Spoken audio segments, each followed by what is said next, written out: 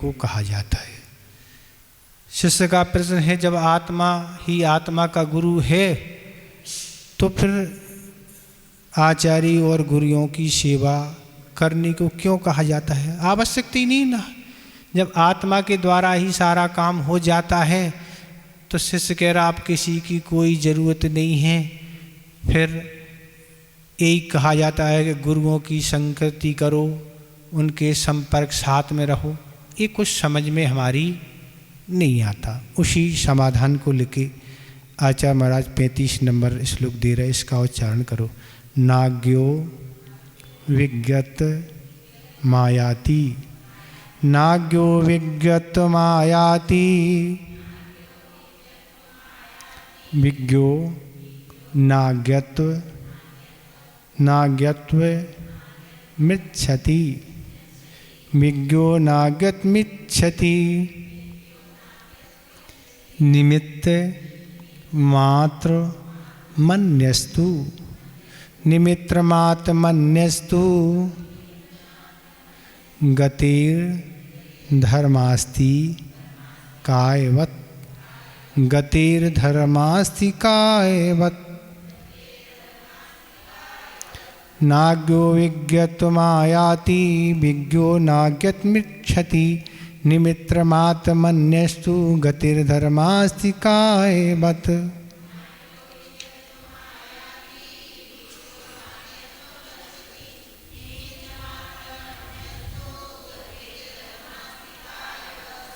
ठीक हो गया उच्चारण? क्या कह रहे हैं? अज्ञा विज्ञत ना आयाति, अज्ञानी गुरु किसी गुरु से ज्ञान नहीं पाता। विज्ञाज्ञत न रिच्छति, और ज्ञानी अज्ञानता को नहीं पाता। बत धर्मास्ति काय गति अन्य तु निमित्त मात्रम, जैसे धर्मास्ति काय द्रव चलती हुई जीव और पुद्गलों को चलने में निमित्त बनता है, वैसे ही दूसरे गुरु आदि तो केवल सहायक मात्र होते हैं। तो इसमें कहा जा रहा है कि अज्ञानी किसी गुरु से ज्ञान नहीं पाता। अज्ञानी का अर्थ जिसके ज्ञानावरणी कर्म का क्षय कम है, जिसकी बुद्धि मंद है। तो ऐसा वह अज्ञानी जीव है, उसकी बुद्धि मंद है, और वह मंद बुद्धि वाला कोई पुरुषार्थ करे नहीं, कुछ करे नहीं। और ज्ञानी क्या, गुरु क्या है? उस शिष्य को ज्ञानी बना दे। हो सकता क्या?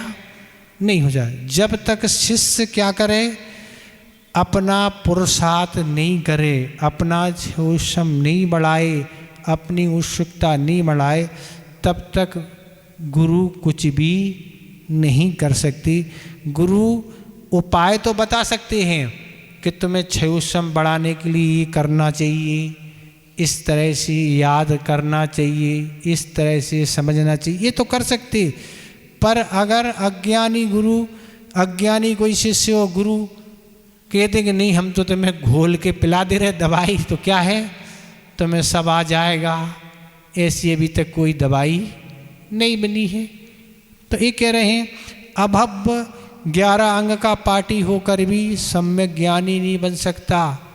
अभव को कहाँ तक 11 अंग का पाठी होता है, पर गुरु चाहे हम उसको सम्यक दृष्टि से हम नहीं बना सकते। अभव तो पहले गुण स्थान से ऊपर जाते ही नहीं। तो ऐसा कह रहे हैं सैकड़ों गुरु शिष्य को ज्ञानी, एक नहीं कह रहे, सैकड़ों गुरु भी मिल जाएं तो शिष्य को ज्ञानी नहीं बना सकते। जब तक वह स्वयं पुरुषार्थ आदि नहीं करे तब तक कुछ नहीं होगा। गुरु महाराज एक क्लास में 50-100 विद्यार्थियों को पढ़ाते हैं और सभी पढ़ते हैं, पर सभी छात्रों के नंबरों में भिन्नता क्यों है? गुरु तो सभी को एक सा पढ़ा रहे ना, सभी शिष्य बैठे हैं और सभी को पढ़ा रहे, पर किसी के 90 नंबर आते हैं, किसी के 70, किसी के 60 और किसी के 30 और 20 और किसी के बिना नंबर के भी आते होंगे ना लोग, तो 0 रख देते थे, 100/00 ऐसे भी होते ना। ऐसे सभी तरह के छात्र भी नंबर में भिन्नता क्यों है? तो उनके पुरुषार्थ, उनका पुरुषार्थ भी है, उनका क्षौषम भी है, तो उनका जैसा है उस हिसाब से गुरु ने सभी को वही पुस्तक से उसी तरीके से एक समय में पढ़ाया, पर उनमें नंबरों की भिन्नता क्यों आ गई? तो इसलिए आ गई। तो इसलिए शिष्य के ज्ञाने वर्णी का क्षौषम विशेष है, तत्व ज्ञान की योग्यता वाला है, तो गुरु के निमित्त से उसका हीन ज्ञान बढ़ सकता है। शिष्य का ज्ञान कर्म क्षौष अच्छा विशेष है और तत्व ज्ञान की योग्यता है, तो गुरु के निमित्त से क्या है, कम ज्ञान वाला जीव भी क्या है, अपना क्षौषम बढ़ा सकता है। तो ये कह रहे प्रत्येक पदार्थ की उपादान शक्ति ही कार्य रूप परिणाम करती है, अतः पदार्थों की निज शक्ति के परिणाम स्वरूप ही कार्य निष्पन्न होते हैं। अन्य पदार्थ तो उसके परिणाम में मात्र सहकारी निमित्त होते हैं। उपादान नहीं है, पूर्व में उपादान क्षौषम नहीं है, तो निमित्त क्या काम करेगा? नहीं कर पाएगा। तो इसलिए सैकड़ों उपाय करने के बाद भी तुम सोचो बगले को तोते की तरह हम बोलना सिखा दें, तो बगला तोते की तरह बोलना नहीं सीख सकता, पढ़ना नहीं सीख सकता। मनुष्य चाहे हम पक्षी की तरह आकाश में उड़ना सीख जाएं, तो पक्षी की तरह मनुष्य भी उड़ना नहीं सीख जाए, क्योंकि पक्षियों का तो जन्म होते ही उनका क्षौषम आ जाता है और उड़ने लगते हैं, पर मनुष्य तो नहीं उड़ सकता है। इसलिए रेत को कितना भी पेला जाए, पर उसमें से तेल नहीं निकल सकता, पेलने वाले का ही तेल निकल जाएगा। क्यों? क्योंकि उसमें और तिल को एक बार पेला जाए तेल निकल आता है। तो जब उपादान शक्ति नहीं है किसमें, रेत में, तो उसमें से तेल नहीं निकलेगा, पर उपादान शक्ति तिल में है, इसलिए निमित्त मिलने से तेल निकल लेगा। विज्ञाज्ञत न रिच्छति, और ज्ञानी अज्ञानता को नहीं पाता। ज्ञानी का अर्थ, ज्ञानी किसी को अज्ञानी नहीं बना सकता। तो ये कह रहे हैं ज्ञानी किसी को अज्ञानी नहीं, जब तक उसका स्वयं क्षौषम, कोई गुरु चाहे कि हम ज्ञानी को अज्ञानी बना दें, तो भाई गुरु उस ज्ञानी को अज्ञानी नहीं बना सकता जब तक उसका स्वयं क्षौषम कम नहीं होगा। तो ये है ज्ञानी अज्ञानी बनाने की उपादान शक्ति उस व्यक्ति की स्वयं की है, गुरु तो निमित्त मात्र हैं। अगर भाई प्रमाद करेगा और बार बार याद नहीं करेगा, बार बार समझने का पुरुषार्थ नहीं करेगा, तो उसका क्षौषम क्या होगा, घटता चला जाएगा। पर अगर गुरु चाहें कि हम घटा दें तो नहीं घटेगा। तो इसलिए स्वयं के इस पे आधारित है, उसका कैसा पुरुषार्थ रहे, उसका कैसा क्षौषम है, क्या है। तो ये ज्ञानी और अज्ञानी की बात ये स्वयं की है। बत धर्मास्ति काय गति अन्य तु निमित्त मात्रम। तो कह रहे जैसे धर्मास्ति काय द्रव चलते हुए जीव और पुद्गलों को चलने में निमित्त बनता है, वैसे ही दूसरे गुरु आदि केवल सहायक होते हैं। तो कह रहे हैं धर्मास्ति काय द्रव जबरदस्ती नहीं चलाता, वह चलते जो चलना चाहे उसको सहयोग देता है। मछली पानी में सो सकती एवं सो इच्छा से चलती है, पानी निमित्त है, पानी चाहे नहीं हम मछली को चलाएंगे, नहीं चल पाए। मछली जब चलना चाहे तो पानी सहयोगी बनेगा, पानी नहीं चलाएगा। इसी तरह रोड पर वाहन चलना चाहे तो चल सकता है, रोड के नहीं हम तुम्हें चलाएंगे तो नहीं। तो इसलिए धर्मद्रव्य चलाने में और धर्मद्रव्य चलाए और अधर्मद्रव्य रोके तो जीव और पुद्गलों की क्या दशा होगी। धर्मद्रव्य कहेगा हम तुम्हें चलाएंगे, अधर्म कहेगा हम रोकेंगे, तो जीव और पुद्गल की तो दशा बहुत बेकार हो जाएगी। इसलिए ये कह रहे हैं निमित्त मात्र हैं, जो चलना चाहे सो चलने में सहयोग बनेंगे, जो रुकना चाहे तो वह रुकने में सही। तो इसलिए गुरु उपाय बताते हैं, परिणमन नहीं करा सकते, परिणमन तो हमें स्वयं करना होगा। तो गुरु प्रेरणा देते हैं, निर्देशन देते हैं, आज्ञा देते हैं, पर कार को साकार रूप देने के लिए शिष्य को ही श्रम करना पड़ता है। शिष्य जब श्रम करेगा तो क्षुषम बढ़ा पाएगा, कुछ उपलब्धि कर पाएगा। पर गुरु कितना ही बता दें, पर शिष्य पुरुषार्थ नहीं करे तो कुछ भी नहीं होने वाला है। तो इसलिए ये कहने वाले हैं कि ऐसा नहीं कि हम गुरु पे ही सभी छोड़ दें कि गुरु हमें सब कुछ कर देंगे, ऐसा नहीं। गुरु सब कुछ नहीं करेंगे, गुरु इतने ही उपकार करेंगे, आपको कला सिखा देंगे, पर पुरुषार्थ आपको करना पड़ेगा। तो ये निमित्त हैं, उपादान तो हमारा स्वयं का पुरुषार्थ है। तो कह रहे व्यवहार से गुरु हमारे लिए आज्ञा देते हैं, सहायक होते हैं, तो हमें गुरुओं का उपकार नहीं भूलना चाहिए। इसमें बताया जा रहा है कि हमारी आत्मा ही आत्मा का गुरु है और हम जो करेंगे सो कर लेंगे, ऐसे गुरु महाराज का हम तिरस्कार कर दें। तो आचार्य महाराज ने कहा था गुरु का उपकार कभी भूलना नहीं चाहिए, उनका हमेशा स्मरण करते रहना चाहिए, उनकी सेवा करने चाहिए, उनका सम्मान करने चाहिए। ये क्योंकि निमित्त भी कार्य में सहयोगी है, बिना निमित्त के भी काम नहीं होता, तो बिना उपादान के भी काम नहीं होता। तो गुरु की विनय भी करो, उन पर श्रद्धा भी करो, उनका उपकार भी मानो। तो इस तरह से उपकार करने से आचार्य महाराज को हमने देखा है कि ज्ञान सागर महाराज का कितना उपकार मानती। यद्यपि अनेक गुरुओं ने शिष्यों को दीक्षाएं दी और सभी शिष्यों के प्राय गुरु होते हैं, पर अभी तक हमने जो भी शिष्यों से गुरुओं का गुणगान सुना, वो आचार्य महाराज जितना उपकार मानते हैं पूज्य ज्ञान सागर महाराज का, इतना उपकार आज तक मैंने कभी सुना नहीं। जितना भी सुना, जब भी सुनो, ऐसे ऐसे संस्मरण सुनने मिले हैं कि आचार्य महाराज अपने गुरु ज्ञान सागर महाराज के प्रति घंटों आंसू आने लगते थे और घंटों सुनाते रहते थे कि इतना बड़ा उपकार हमें कर दिया। एक बार तो उन्होंने ये कहा था कि मैं जब उनके पास पहुंचा तो मैंने सोचा सब बूढ़े बूढ़े यहाँ हैं और मैं अकेला जवान हूँ, हम क्या करेंगे बूढ़ों के साथ रह के।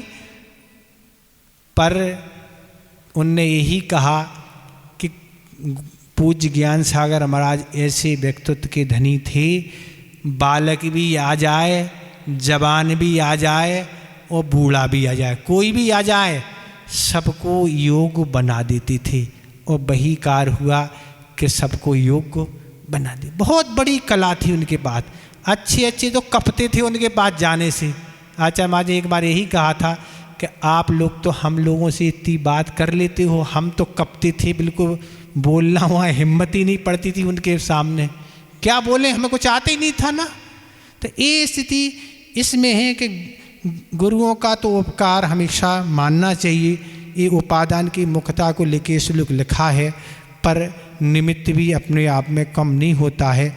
अगर साक्षात भगवानों का निमित्त ना हो तो तीर्थंकर का, सुत केवली आदि का, तो उनके पादमूल के बिना छायक सम्यक दर्शन नहीं होगा, क्या होगा।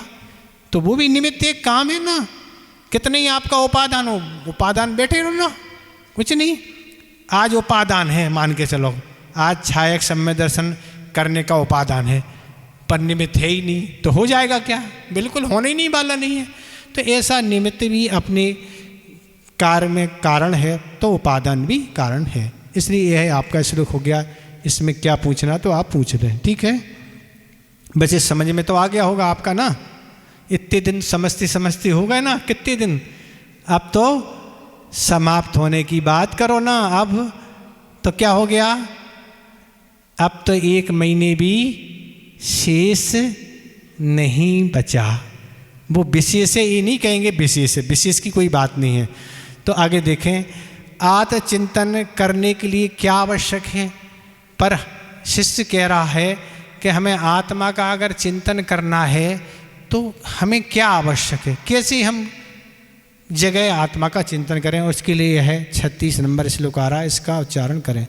अविवच्च अववच्च अववच्च चित्त विक्षेप, अववच्च चित्त विक्षेप एकांते तत्व संस्थितः। पाठ दूसरा भी हो सकता है, संस्थिति भी पाठ है, दो पाठ है। एकांते तत्व संस्थितः अभ्यसे दभि योगेन। अभ्यसे दभि योगेन योगी तत्वं निजात्मनः। योगी तत्वं निजात्मना। अब बच्च चित्त विक्षेपे एकांते तत्व संस्थिता। अभ्यसेदभि योगेन योगी तत्वं निजात्मनः।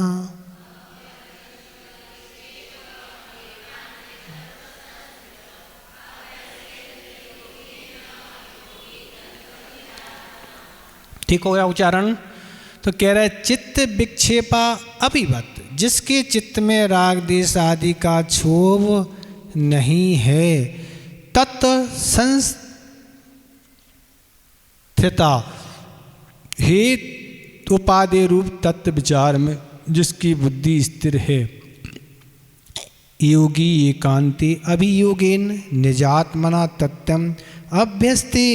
साधु एकांत स्थान में आलस तथा निद्रा त्याग कर सावधानी पूर्वक अपनी आत्मा के स्वरूप का चिंतन करे। तो इसमें आचार्य महाराज क्या कह रहे हैं, आत्मा का चिंतन करने के लिए क्या आवश्यक है। तो कह रहे अपनी आत्मा के चिंतन के लिए सबसे पहले राग और देश दोनों का क्षोभ नहीं होना। इसी लोग कहते महाराज गृहस्थों को आत्मा का ध्यान होता है क्या। तो एक कंडीशन रख दी कि आत्मा का ध्यान करने वाला पात्र कौन है। सबसे पहले राग और देश दोनों का अभाव होना आवश्यक है। तो गृहस्थों को तो होते ही नहीं, पर अगर साधु भी इनमें लगा है राग और देश में, तो उसको उस समय राग देश के सद्भाव में आत्मा का ध्यान नहीं होगा। बहुत सरल काम नहीं है, लगता हुआ महाराज बहुत सरल है। आज एक निश्चय पक्ष आगे समाज में आ गया है जो यही कला बताता है कि बस आत्मा का ध्यान करो भैया। क्या व्यवहार में रखा है। तो व्यवहार की भी भूमिका बहुत बड़ी भूमिका है। निश्चय ऐसी बातों बातों में नहीं आता है ना, आत्मा का ऐसी बातों में कोई ध्यान होता है। आचार्य ने जो भी सावधानी योग्यताएं लिखी हैं उसका पालन करना आवश्यक है और उसके पालन करते हुई होगा, नहीं तो आचार्य महाराज जो लिख रहे हैं वो ही कर लेते ना।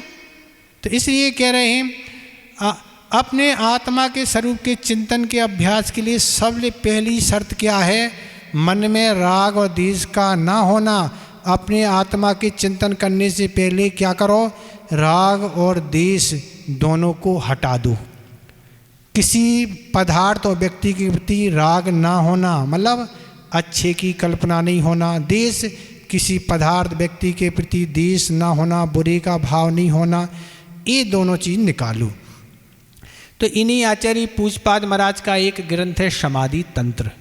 तो उस समाधि तंत्र में उन्होंने एक श्लोक दिया है और उन्होंने लिखा है कि जिसका मन रूपी जल राग देश आदि रूपी तलंगों से चंचल नहीं है वही आत्मा के यथार्थ स्वरूप को देखता है और उस आत्म स्वरूप को दूसरा कोई मनुष्य नहीं देख सकता। क्या कह रहे, जिसके मन से राग द्वेष रूपी जल की तरंगें चंचल नहीं, जिसका मन क्या है राग देश रूपी तरंगों से चंचित नहीं हो रहा है वही यथार्थ आत्मा के स्वरूप को देख सकता है। उस आत्म स्वरूप के अलावा दूसरा नहीं देख सकता। अर्थात जो राग देश से सहित होगा जिसका मन, वो आत्मा के स्वरूप को नहीं देख सकता, चिंतन नहीं कर सकता, क्योंकि एक ही काम तो होगा, या राग देश करो या वो करो। इसलिए बिल्कुल अभ्यास करो। इस लोक का यही भाव बताया रहा है कि अपनी धर्म ध्यान की भी भूमिका बनाना है। आत्मा का चिंतन ठीक है तो सबसे पहले दूसरे कामों से मोड़ना पड़ेगा, नहीं मन वहीं लग रहता है, तन यहाँ बैठा है तो क्या होगा, तन से क्या होना। तो ये सब चीज़ों से, और कह रहे दूसरी शर्त क्या कह, तत्संस्था, और हे उपादेय रूप तत्व विचार में जिसकी बुद्धि स्थिर है। वो क्या कह रहे हैं, और अब राग देश से उसका मन हट गया, अब कहाँ लगा दिया, हे क्या है हमारे लिए छोड़ने योग्य, क्या है ये चिंतन चल रहा, हे तत्व तो हमारे लिए क्या है, अशुभ आश्रव, पाप का आश्रय क्या है, हे है जो हमारे लिए क्या है, दुखदाई है। तो उसकी बुद्धि कहाँ लगी है, इसमें लगी है कि ये जो भी चीज़ें हैं हमारे लिए हे हैं, दुखदाई हैं।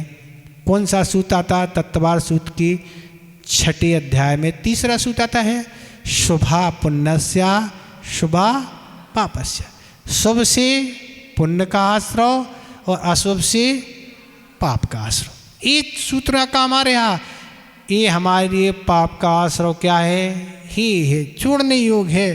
तो इसलिए ही वो उपादेय तत्व में जिसकी बुद्धि लगी हुई है, बस यही सोच रहा, ये जब बुद्धि लगेगी जब तो हे छोड़ पाएंगे ना, जब यही पता नहीं कि हे क्या है, तो हे पहले जानो और फिर छोड़ो। उपादेय क्या है, तो पुण्य का आश्रय उपादेय है।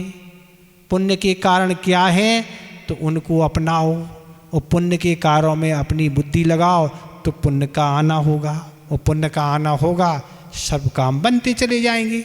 संसार में तो 2 ही है, पुण्य और पाप, और पाप का जब आना नहीं होगा और पुण्य का आना होगा तो अपना विकास होता चलाएगा। तो ये कह रहे हैं कि हे उपादेय तत्वरूप विचार, अब उसका विचार कहाँ लगा है, हे क्या है उपादेय, बस इसमें उसकी बुद्धि लगी है, मन से राग और देश दोनों निकाल दिए हैं। तो क्या कह रहे हैं, योगी एकांति अभियोगी ने निजात्मना तत्वम अभ्यस्ति।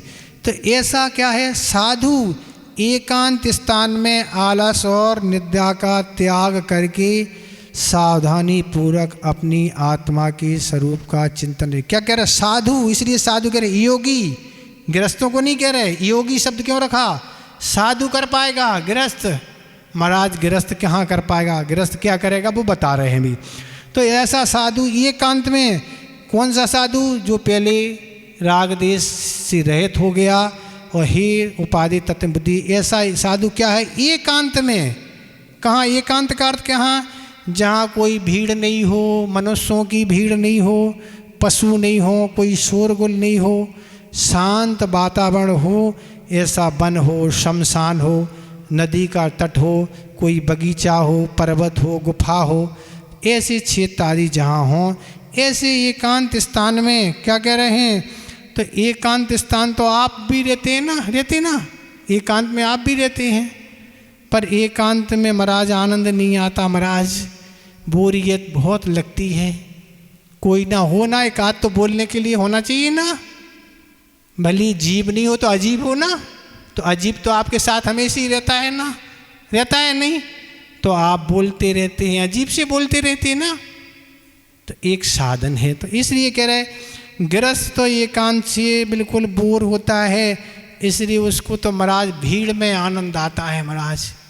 पर यहाँ आचार्य महाराज कह रहे योगी तुम अगर कुछ उपलब्धि करना चाहते हो तो क्या, एकांत ढूंढो। तो ऐसे एकांत में ही मन की स्थिरता बनती है। बात सही है, आपको बताएं क्या रात का माहौल होता है 2-3 बजे का, कोई आवाज़ नहीं, कोई बिल्कुल बिल्कुल नहीं, एक आध वाहन निकलते या प्लेन निकलता है रात में, बस वो 2:30-3 बजे वही निकलते हैं, 4 बजे ऐसे निकलते रहते हैं रात में, या कोई वाहन की कोई शोरगुल कहीं से कुछ नहीं। 5:15 बजे मंदिर में घंटी बजना चालू हो जाती ना, आना चालू होते लोग, इसके पहले कोई शोरगुल नहीं, कहीं से कुछ न आना न जाना।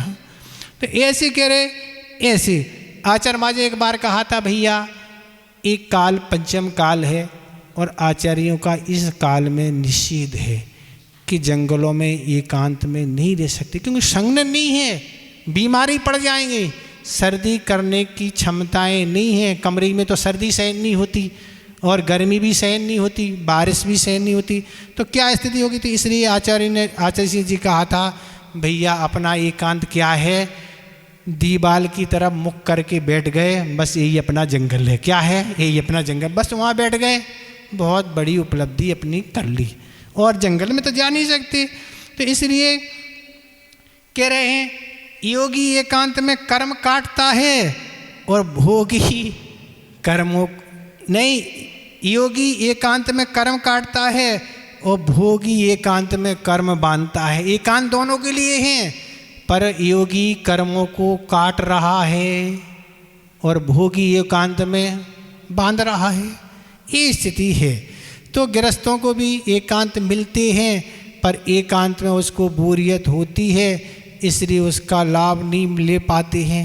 एकांत तो आपको भी रहते, आप गार्डन वगैरह घूमने जाते, जगह जगह जाते हैं, पर एकांत होते ही भी उस साधना का लाभ नहीं ले पाते। समय भी जाता है, धन भी खर्च होता है, श्रम भी होता, सब कुछ होता है, पर केवल मोबाइल में रिकॉर्डिंग रहती है कि हम कहाँ घूम के आ गए, बस वो भी किसको, दूसरे को बताने के लिए। देखो ये बस है, लोग बताए, कोई बताते थे भैया 10 लोग बाहर घूमने गए और वो हमारे ग्रुप में हैं, अब 10 अपनी फ़ोटो डालेंगे, पूरा मोबाइल ही भर जाता, क्या करें, समस्याएं, इनकी फ़ोटो देखो ना। इसलिए इनने कैमरा लिया है कि दिखाएंगे भैया हम वहाँ घूमने गए हैं। इन्हें अपने से संतुष्टि नहीं है जब तक दूसरे को नहीं बताएंगे। तो कह रहे आलस, क्या कह रहे हैं, आलस और निद्रा का त्याग करके, आलस का त्याग करेगा जब, अगर आलस आ रहा है तो भी आत्मा का ध्यान नहीं होगा, जमाई आ रही है, उमासी आ रही है, झूके आ रहे हैं और शरीर हिल रहा है, तो क्या है, इस तरह से अगर होगा तो नहीं होगा। अगर आपने अधिक श्रम कर लिया, शरीर थक गया, तो क्या होता है, फिर नींद आती है। गरिष्ठ भोजन कर लिया तो नींद आती है, भैंस का दूध गरिष्ठ होता है ज़्यादा गाय की अपेक्षा से। उड़द की दाल, तो यही स्थिति उड़द की दाल की है। उड़द की दाल को मना किया है, सिद्धांत ग्रंथ जो पढ़ें उनको उड़द की दाल नहीं खाना चाहिए, नहीं तो प्रमाद आता है। और नींद अगर पर्याप्त नहीं हो पाती है तो भी प्रमाद आता है। इसलिए शरीर ज़्यादा थका हो तो भी दिक्कत है, और इस तरह का भोजन आदि हो तो भी दिक्कत है। तो इसलिए आचार्य महाराज कह रहे हैं ऐसे आलस और निद्रा का त्याग करके अपनी आत्मा का, क्या कह रहे हैं, साधु अपनी आत्मा के स्वरूप का चिंतन का अभ्यास करे। तो क्या कह रहे हैं, तो कह रहे अपनी आत्मा का, दुनिया का चिंतन नहीं। दुनिया के चिंतन में तो दुनिया माहिर है, पर वो कह रहे दुनिया का चिंतन नहीं, तो अपनी आत्मा का चिंतन है। जो काम में आने वाला नहीं है दुनिया का चिंतन, उससे सो अशुभ और पाप का आश्रय होगा, पर अपनी आत्मा का चिंतन करेंगे तो शुभ आश्रय, पुण्य का आश्रय होगा। तो इसलिए कह रहे दुनिया का चिंतन नहीं, वह काम में नहीं आता है। इस तरह ज्ञाता दृष्टा राग देश से रहित, हर्ष विषाद से रहित जिसे प्राप्त करना है उसका चिंतन करें। क्या करें, हम में भी राग देश से रहित होने की शक्ति है, हम भी राग देश से रहित हो सकते हैं और मोटी मोटी राग देश को छोड़ें। कितने राग देश होते हैं आप जाने ना। तो इसलिए कहने को लगता है महाराज हम बहुत पुण्य कर रहे हैं, बहुत बड़े धर्मात्मा हैं, बहुत धर्म कर रहे हैं, पर ये थोड़ा भी तो देखो कि धर्म करते हुए भी हमारे द्वारा कहाँ छल चल रहा है, कहाँ मायाचारी चल रही है, कहाँ निंदाएं हो रही हैं, कहाँ क्या कर, ये भी देखो, ये भी आवश्यकता है। लग रहा है ये ज़्यादा, हो रहा है वो ज़्यादा, ऐसा तो नहीं हो रहा ना। इसलिए देखें, तो इसलिए जिसे प्राप्त करना है उसका चिंतन करें तो अच्छा सब काम हो जाएगा। तो इस श्लोक में यही बताया गया है कि योगी को अगर आत्मा का ध्यान करना है तो सबसे पहले राग और द्वेष को छोड़ें, और फिर हे और तत्व, हे उपाधि दोनों तत्वों को पकड़ें, उसमें अपनी बुद्धि को स्थिर करें, बाकी तत्वों को छोड़ दें। और इस तरह एकांत में बैठ के आलस और निद्रा रहित त्याग करके साधु अपनी आत्मा के स्वरूप का अभ्यास अर्थात चिंतन करे। ये आचार्य महाराज ने बताई, ये उपाय है। ऐसे ऐसे श्लोक आचार्य ने अपने उपकार के लिए लिखे हैं, पर दुर्भाग्य है इस दुनिया का कि दुनिया क्या ढूंढ रही है, क्या खोज रही है, क्या आज पढ़ रही है, जिससे कोई कल्याण होने वाला नहीं है। हम तो यही सोचते रहते दुनिया के पास समय है, पर वह समय का सदुपयोग नहीं, दुरुपयोग दुनिया के कामों में लगा हुआ है। ये है, ठीक है। अब इसमें आपको कुछ पूछना तो आप पूछ लें, बाकी समय तो आपका हो ही रहा है ना। ठीक है, आ तो रहा है समझ में। महाराज हमारा तो इसमें कोई मतलब है ही नहीं, ये तो साधु की बात है ना। मतलब तो सब है, मतलब तो यही है कि हम अपने मोटे रूप से जो हमारे योगिनी उन राग देश को निकालें, अपने मतलब के तत्व के, पुण्य के तत्व के बारे में विचार करें, एकांत आदि मिल के ढूंढ के जब आप शाम को जल्दी सो जाएं और जल्दी सुबह उठ जाएं तो अपने कल्याण आदि के बारे में चिंतन कर लें। जब तो बच्चे सोते ना, आपके बच्चे भी सो रहे हैं, सब जो सो रहे हैं, तो आप अच्छा लाभ उठाएं ना उसका। देखो आप सब कुछ अच्छा अच्छा होता चला जाएगा ना। करना हो तो बहुत सारा है, नहीं करना है तो क्या कहें क्या करना है। इस तरह से आपका हो गया, समय आपका हो रहा, संस्मरण आपको सुना दे रहे, और क्या। अब धीरे धीरे तो है वो उदासीनता बढ़ रही। महाराज जी आज सुबह कह रहे थे क्लास में कि उदासीनता आ रही है। हाँ, उदासीनता समझ में आ रही है, ठीक है। अभी तक तो क्या क्या हो रहा था महाराज, ये वहाँ जाते वो वहाँ जाते, हमारे यहाँ निमंत्रण आ दिए, वो हो गए सब है। अब दिवाली आने वाली है, उसमें भी निमंत्रण होंगे ना, फिर होते ही रहते था। तो ये तो सब बहानेबाजी है ना, हम समझते हैं कि क्या है कारण ना। ये हो रहा और भी हो रहा, धूप भी दिखा ली और दशमी भी निकल गई, सब निकल गया। आचार्य महाराज अमरकंटक में विराजमान थे और यहाँ वहाँ एक ग्रंथ का प्रकाशन हुआ, पुण्य आश्रव कथाकोश। अमरकंटक क्षेत्र पर एक विद्वान पधारे और उन विद्वान को बोलने के लिए कहा गया। तो वह विद्वान बोले, आज हमारा बड़ा दुर्भाग्य है कि मूलाचार की जो पांडुलिपि है वह भारत में नहीं रहते हुए जर्मनी के म्यूजियम में रखी हुई है। कैसा दुर्भाग्य कि हम यहाँ तक नहीं ला पाए, नहीं बचा पाए। ये बड़ी दुर्भाग्य की बात है, बड़ी खेद की बात है। जब आचार्य महाराज को बोलने के लिए कहा गया कि आचार्य महाराज प्रवचन के लिए निवेदन किया गया, तब आचार्य महाराज ने कहा कि अभी कोई विद्वान कह रहे थे हमारा बड़ा दुर्भाग्य है कि मूलाचार की मूल प्रति हम पांडुलिपि भारत में नहीं बचा पाए, जर्मन के म्यूजियम में रखी है।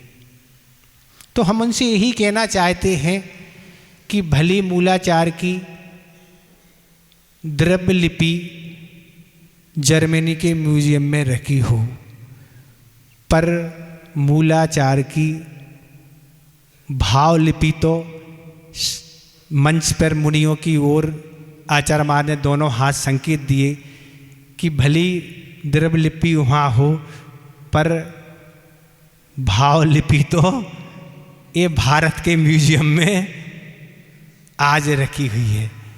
भली द्रव्य लिपि वहाँ रखी है, पर भारत में आज मूलाचार में जो कुछ लिखा है उसको पालन करने वाले मुनिराज आज भारत में भी रह के उस मूलाचार में लिखे हुए कर्तव्यों का पालन आज कर रहे। ये आचार्य महाराज ने उस समय उत्तर दिया, बड़ा प्रशंसनीय उत्तर था, सुनने योग्य था। अब इन विद्वान के पास कोई जवाब नहीं था। वास्तव में द्रव्य लिपि से क्या होता है, वास्तव में अगर लिखे हुए का पालन करने वाले नहीं हो तो उसका क्या महत्व है। इस तरह आपका संस्मरण हो गया। बोधि समाधि परिणाम शुद्धि स्वात्मोपलब्धि शिव शोक सिद्धि चिंतामणि चिंतित वस्तु दाने तम बद्ध मानस ममस्तु।